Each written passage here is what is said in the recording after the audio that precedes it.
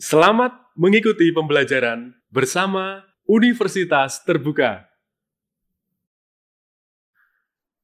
Selamat berjumpa kembali dalam kurs Open Journal System 3.0. Pada video sebelumnya, Anda telah melihat overview terkait dengan materi apa saja yang akan kita pelajari dalam OJS 3. Pada video ini, kita akan dikenalkan secara singkat mengenai OJS. Dan pada pertemuan pertama ini, atau sesi 1 ini, kita akan diperkenalkan lebih dekat tentang OJS dan bagaimana mengelola OJS. Setelah pertemuan ini, diharapkan Anda dapat memahami apa itu OJS dan fungsinya. Anda juga akan diperkenalkan dengan OJS versi terbaru, yaitu OJS versi 3. Simak video ini sampai selesai untuk memahami Open Journal System secara mendalam. Apa itu OJS?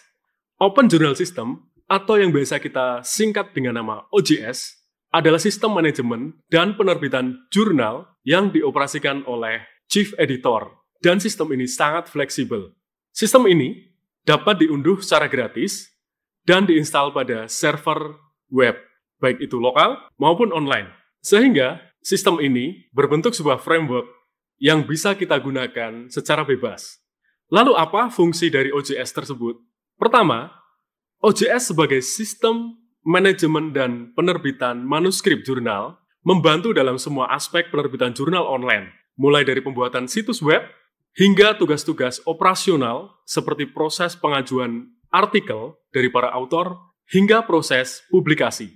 Kedua, OJS sangat fleksibel sehingga satu instalasi OJS dapat mendukung pengoperasian satu atau banyak jurnal sekaligus. Ketiga, OJS mendukung prinsip perluasan akses, sehingga jurnal ilmiah dapat dijangkau dan diakses oleh lebih banyak orang. Fitur-fitur OJS itu apa saja? Perlu kita ketahui bahwa fitur dalam OJS diantaranya adalah solusi penerbitan hemat biaya. Dan OJS ini bisa menginstal plugin dari Google Analytics yang memungkinkan kita tahu seberapa banyak orang yang mengunjungi OJS kita. Dan bisa kita memfasilitasi pengajuan-pengajuan secara online. Alat bantu untuk mengekspor konten ke dalam sistem lain seperti DOAJ dan masih banyak lagi juga bisa melalui OJS ini. Dan saat ini hadir dengan OJS versi terbaru, yaitu OJS versi 3.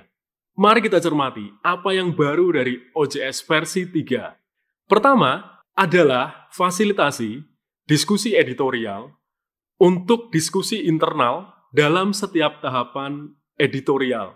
Hal ini memudahkan antar editorial untuk melakukan percakapan secara pribadi.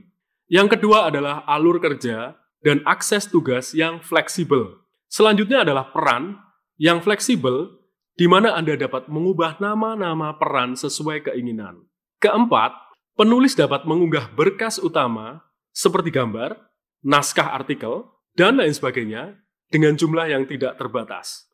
Dari segi tampilan, OJS versi 3 memiliki beberapa keunggulan seperti tampilan antarmuka yang administratif dan antarmuka pembaca telah dipisahkan. Versi 3 ini juga terdapat tema Bootstrap untuk mempercantik tampilan web jurnal Anda atau tampilan antarmuka. Desain OJS versi 3 ini juga lebih responsif, sehingga dapat menyesuaikan layar perangkat yang Anda digunakan. Selain itu, tampilan antarmuka bagi pembaca juga dibagi menjadi beberapa bagian yang memudahkan dalam pengiriman manuskrip jurnal. Tidak hanya itu, antarmuka bagi editorial atau tampilan front page juga dikemas dengan tampilan sederhana dengan berbagai fitur yang terbagi menjadi beberapa bagian. Hal tersebut tentu akan mempermudah editorial, chief editor, reviewer, dan lain sebagainya dalam proses kerjanya. Jadi, kita telah mengenal lebih dekat dengan Open Journal System dan versi terbarunya OJS 3.0. Versi terbaru ini sangat membantu dalam proses pengelolaan jurnal hingga publis. dan diakses banyak orang ketika sudah online. Jika Anda ingin membuat sebuah situs jurnal, jangan lupa untuk melanjutkan ke pertemuan berikutnya. Karena pada pertemuan selanjutnya, pada sesi berikutnya, Anda akan diberikan penjelasan mengenai proses instalasi OJS. Sampai bertemu di pertemuan selanjutnya. Tetap semangat belajar dan sampai jumpa.